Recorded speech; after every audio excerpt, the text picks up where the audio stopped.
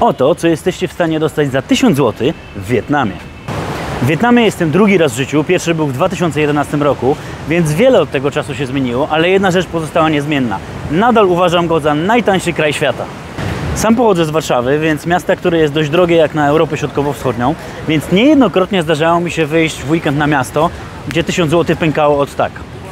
Pozwólcie więc, że zabiorę Was w krótką podróż, podczas której pokażę Wam, co możemy dostać w Wietnamie, operując takim samym budżetem, czyli 1000 zł. A będziemy to robić w moim ulubionym mieście w środkowym Wietnamie, czyli Nha Trang. Wietnam to jeden z najszybciej rozwijających się krajów na świecie, który w naszym kraju budzi coraz większą ciekawość. Wokół Wietnamu narosło także wiele mitów. Tak, potrafi to być dziko, potrafi to być biednie, ludzie słabo mówią po angielsku, ale przede wszystkim jest pięknie. Zostańcie ze mną, a pokażę Wam nieco inny obraz Wietnamu niż pokazuje to większość naszych rodzimych vlogerów. Przede wszystkim pokażę Wam, że można tu się świetnie bawić za bardzo niewielkie pieniądze. A że każdy dzień rozpoczynamy raczej od śniadania, nie liczymy do osób na poście przerywanym, to przeanalizujmy ceny w małym, skromnym, aczkolwiek bardzo popularnym i bardzo dobrym street foodzie położonym w centrum miasta, blisko plaży. Też weźcie poprawkę na to, że zawsze w takich miejscach ceny są dosyć wysokie. Uwaga! Omlet z owocami morza 60 000 dongów. Omlet z kurczakiem 50 000 dongów. Jajka sadzone z chlebem 30 000. Wielki sandwich z mięsem barbecue 40 000. Uwaga, jajko sadzone ze stekiem z wołowiny 70 000. Mam wątpliwości co do jakości tego steka, no ale wołowina to wołowina, nie? Samo menu jest tutaj grubości co najmniej encyklopedii. Ludzie są uśmiechnięci, obsługa zawsze miła, aż przyjemność tutaj przychodzić. Ja zamówiłem omleta z owocami morza i do tego sok wyciskany z pomarańczy i owoców passion fruit, więc zaraz zobaczycie jak to wygląda. Smacznego dla mnie. Czasami mam wrażenie, że całe życie Wietnamczyków krąży wokół jedzenia. Knajpy są dosłownie na każdym rogu, kultura jedzenia jest natomiast zupełnie inna niż u nas. Nie ma wielkich porcji na jednym talerzu jak w Europie, dominują małe porcje na niewielkich talerzykach. Różnorodność potraw jest bardzo szeroka, a jedzeniem wszyscy dzielą się między sobą. Być może dlatego Wietnam otwiera bardzo wiele rankingów najzdrowszych i najszczuplejszych ludzi na świecie. Będąc w Wietnamie w sumie 2 miesiące, zdarzyło mi się już jeść węża, skorpiona czy krokodyla. W wielu miejscach znajdziecie także możliwość picia wódki z krwią węża czy delektowania się jego sercem. Dla każdego coś miłego. Jednak oprócz knajp z bardzo szerokim menu, bardzo popularne są także miejsca typu płacisz i jesz ile chcesz. I bazują one na grillu, najczęściej wmontowanym w wasz prywatny stolik. Koszt 220 000 dongów, czyli...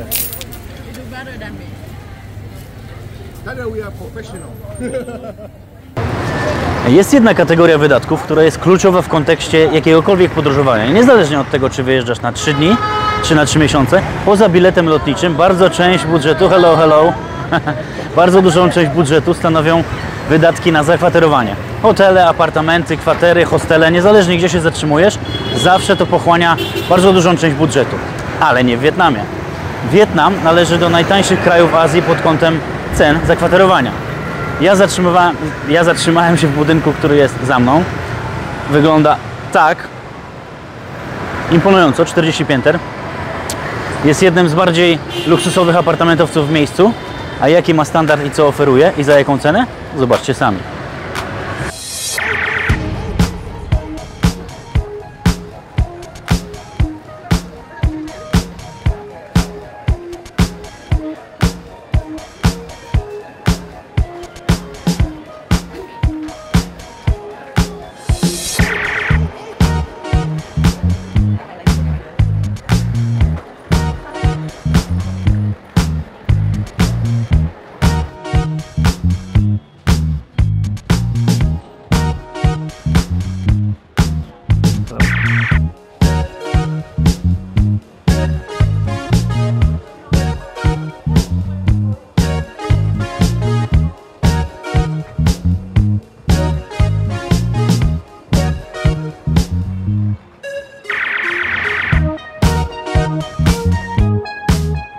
W budynku tym możecie znaleźć pokoje 3 różnych kategorii.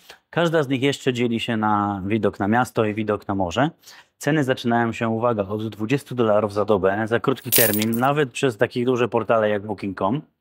Ja wziąłem pokój największy, narożny apartament 55 m2, chociaż uważam, że jest chyba trochę mniej, z widokiem na morze, za około $35 za dobę przy krótkim terminie.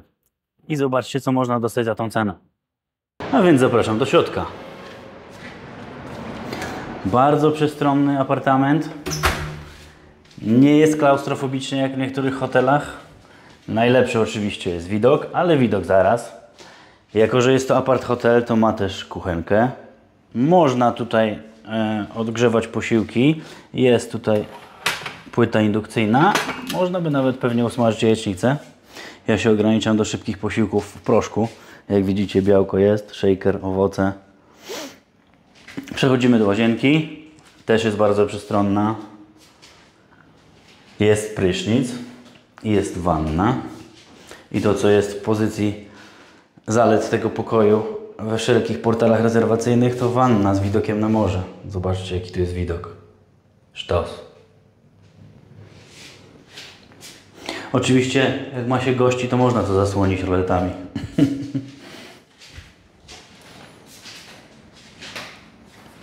Salon. Salon jest połączony z sypialnią. Łóżko jest bardzo duże, szerokie i wygodne.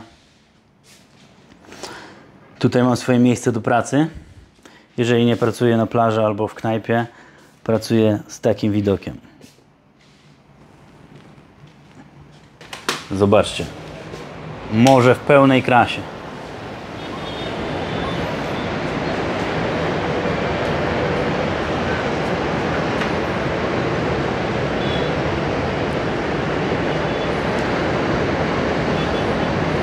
I kawałek miasta.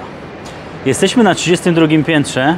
Powinno być w zasadzie cicho, no ale niestety nie jest. Jest tutaj zawsze bardzo głośno. A jak wieczorem przestaje hałasować ruch uliczny, to dosyć głośne jest morze z racji na porę roku.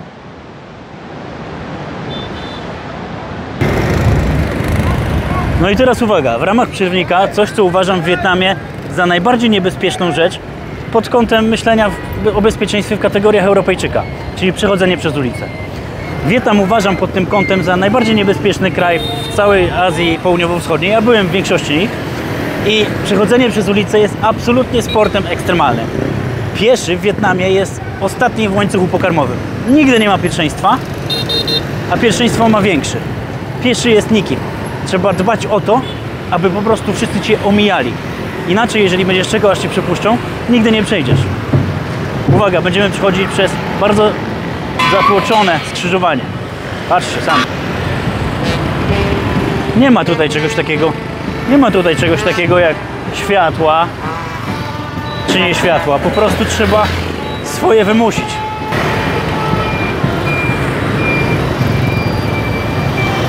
Idziemy powoli i patrzymy na to, jak inni Cię omijają.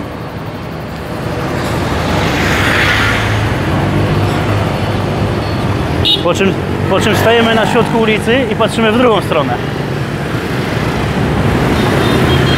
Dobrze jest też wyciągnąć rękę, jeżeli chcemy przejść. Thank you. Najważniejsze, aby nie zmieniać tempa i nagle się nie zatrzymywać. Oni sobie poradzą z ominięciem nas.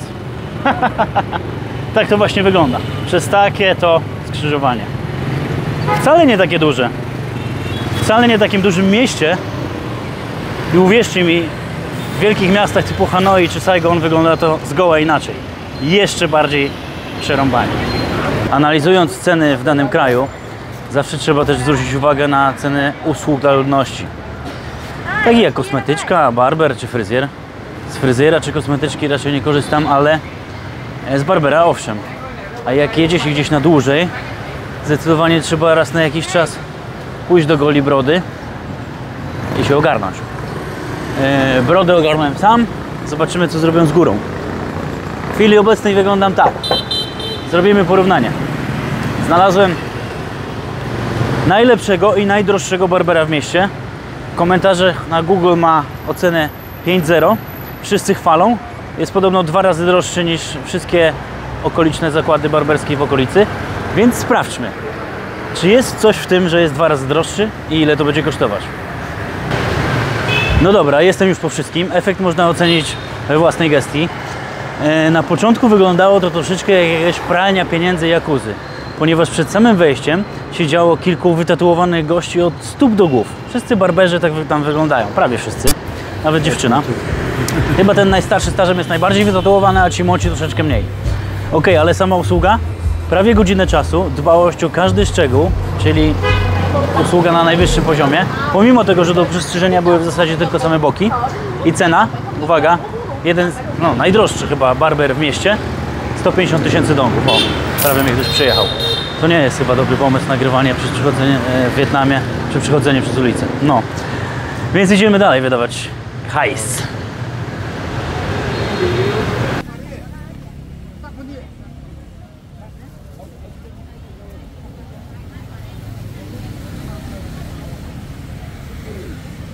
No dobra, było jedzenie, były noclegi, były usługi, transport i wypożyczenie skutera będzie dalej, a co z imprezami i rozrywką? No cóż, jest tego dużo. Oczywiście nie nazwałbym Wietnamu drugą Tajlandią, to zupełnie inna liga, ale jest mnóstwo eleganckich, fajnie położonych miejsc i to nie tylko w Nha Trang, ale w całym kraju. Ceny w topowych lokalizacjach w mieście są około 3 razy wyższe niż gdzie indziej. Ale mimo wszystko można zjeść kolację w okolicach $10. Drinki to inna bajka. W zwykłej knajpie piwo potrafi kosztować 50 centów, ale w Saigonie w najlepszych rooftop barach za podwójnego whiskacza z kolą zapłacisz około $8-9.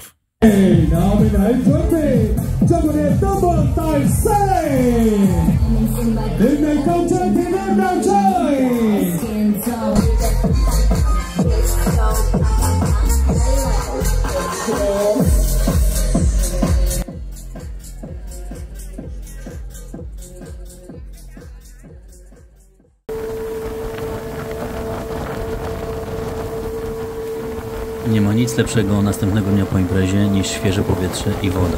Osobiście bardzo lubię zwiedzanie na własną rękę, aby jak najlepiej poznać życie zwykłych ludzi. Ta zasada jednak nie tyczy się zwiedzania po wodzie. Zdecydowanie lubię odmiany i najłatwiej w tym wypadku jest znaleźć na miejscu zorganizowaną wycieczkę na cały dzień. A wybór jest niesamowity. Za kilka groszy mamy na cały dzień transport szybką łodzią, odwiedzanie małych wysepek, przewodnika, śniadanie, lunch i uwaga, kąpiel błotną.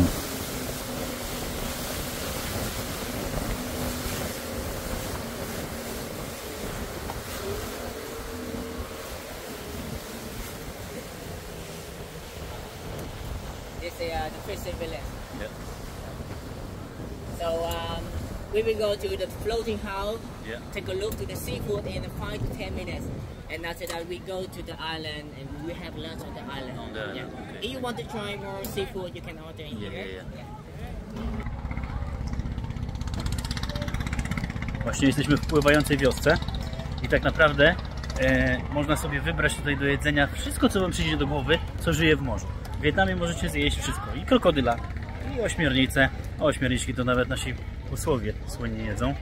Ale tak naprawdę możecie sobie wybrać wszystko, co żyje w morzu za bardzo niską cenę i wszystko naturalne, zdrowe i niezaczyszczone chemikaliami ani metalami ciężkimi. Więc zobaczcie, co jest do wyboru. Chodzisz sobie na taki zajebisty pomost i pokazujesz palcem, które stworzenie mają ci wyłowić i przyrządzić na grillu. Zobaczcie.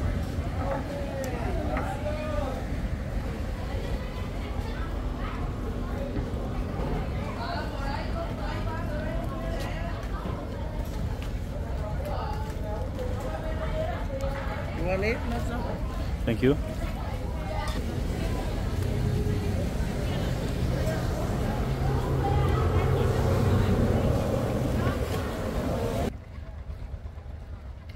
Myślę, że na tle pływającej wioski rybackiej będzie najrozsądniej przypomnieć to, co zawsze powtarzam, czego brakuje nam w polskiej zajebistej kuchni wśród schabowych ziemniaczków i pierogów. To są właśnie owoce morza i witamina D, czyli słońce. Dlatego właśnie powinniście jeść więcej owoców morza lub uzupełniać je olejami omega-3, ponieważ tego prawie w ogóle nie ma w naszej diecie polskiej. Jemy mnóstwo tych przepysznych rzeczy, kapusta zasmażana i pierogi, ale niestety nie mamy zdrowych tłuszczów w diecie. Koniecznie trzeba je uzupełniać lub suplementować. Wiecie, gdzie tego szukać. I właśnie to, na co jesteście w stanie zawsze liczyć, gdziekolwiek byście nie pojechali w Azji Południowo-Wschodniej, nawet na zadupiu, na kompletnym zadupiu w wiosce rybackiej, która zajmuje się łowem ryb i owoców morza, macie takie miejsca z takim piaskiem i z takim kolorem wody. Wszędzie, dosłownie wszędzie. Cisza, spokój, czyściusieńko. Czego chcieć więcej. I słynne azjatyckie kontrasty. Piękny, za mną piękny piasek, parasole, lazurowa woda, a przede mną piękna, kilka lat temu budowa i oczywiście niedokończona. Taki chaos w azjatyckim wydaniu, nie?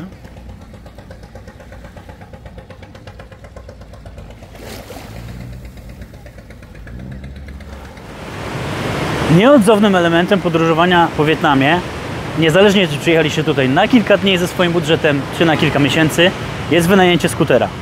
Polecam to osobiście, gdyż dojedziecie w każde miejsce, będziecie niezależni i nie będziecie musieli zamawiać do wszystko taksówkę, która tak naprawdę sumarycznie wyjdzie Was 10 razy drożej niż wynajęcie skutera. I są na to dwa sposoby. Wynajmujecie pierwszy lepszy skuter spalinowy, która w większości przypadków mają pojemność 125 cm3, ale uwaga, do nich musicie mieć międzynarodowe prawo jazdy na motocykl. Oczywiście większość backpackersów i młodych hulajduszy wynajmuje bez prawa jazdy i ryzykuje w zasadzie nie tylko zatrzymanie przez policję, też kiedyś tak robiłem, ale jakoś z wiekiem zaczynam bardziej analizować. Nie tylko zatrzymanie przez policję, ale także jakieś ryzyko nieuznania ubezpieczenia w razie wypadku, czy jakieś poniesienia szkód i tak dalej. Więc jest też alternatywa druga, wynajęcie skutera do 50 cm3 pojemności. Spalinowego, który będzie się toczył, a nie jeździł. Podejrzewam, że od 0 do 30 rozpędza się w 10 minut. Albo alternatywa elektryka. Wietnam ma firmę, która jest bardzo dobrze technologicznie rozwinięta, a jest producentem aut. Jest notowana na giełdzie Nasdaq. Jest to firma VinFast i produkuje zajebiste skutery. I uwaga, jeden z nich stoi za mną. Ja wynająłem tak. Być może nie będę w nim wyglądał do końca jak Tom Cruise w Top Gun, ale spróbujmy. Od 0 do 40 przyspiesza bardzo szybko, jak wszystkie elektryki. Zobaczmy więc. Sprzęt ten może nie powala swoimi gabarytami, ale naprawdę sprawdza się w tym wietnamskim hardkorze ulicznym, bo przetestowałem już dzisiaj przez pół dnia. Ma założoną niestety blokadę na 50 km/h, ale jeżeli chcecie jeździć w miarę bezpiecznie, a tutaj uwierzcie mi, że nie jest to łatwe, to zdecydowanie się sprawdzi. A jak chcecie zobaczyć, jak wygląda wietnamski ruch uliczny i jak wygląda prawdziwa, codzienna walka o pole position, no to zapraszam na przejażdżkę.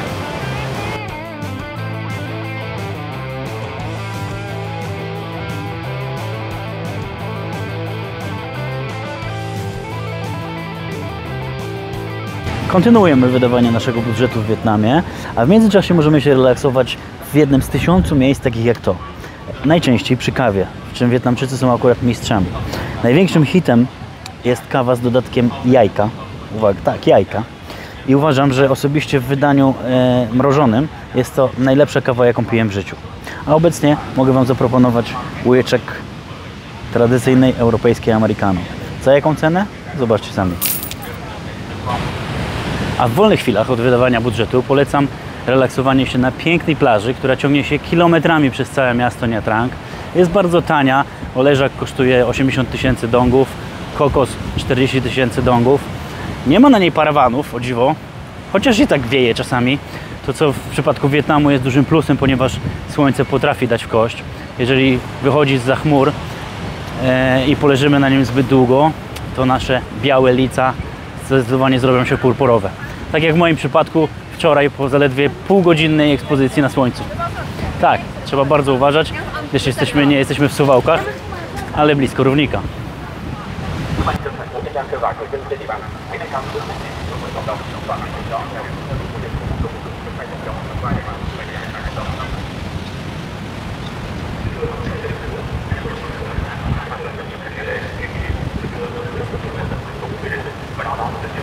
Alternatywą do plaż są liczne baseny, niektóre tak niesamowicie położone jak ten, mające szklaną podłogę, przez którą mamy widok kilkadziesiąt pięter w dół. Wstęp akurat na ten jest płatny, ale w cenie mamy lunch i jeden browarek. No nie wiem jak Tobie, ale mi ten widok się bardzo podoba. Uwaga, co my tu mamy? Jest to uznany za najbardziej śmierdzący owoc świata. Jeżeli go pokroimy, podobno przypomina zapach zgniłej cebuli lub padliny. Ciekawe, co by mi zrobili, jakbym go zabrał ze sobą do samolotu. Kupiłem trochę na spróbowanie, bo w Azji podobno pomimo swojego smrodu uważany jest za zbawienny dla układu pokarmowego. A ponadto wywar z liści duriana uważany jest za lek na depresję.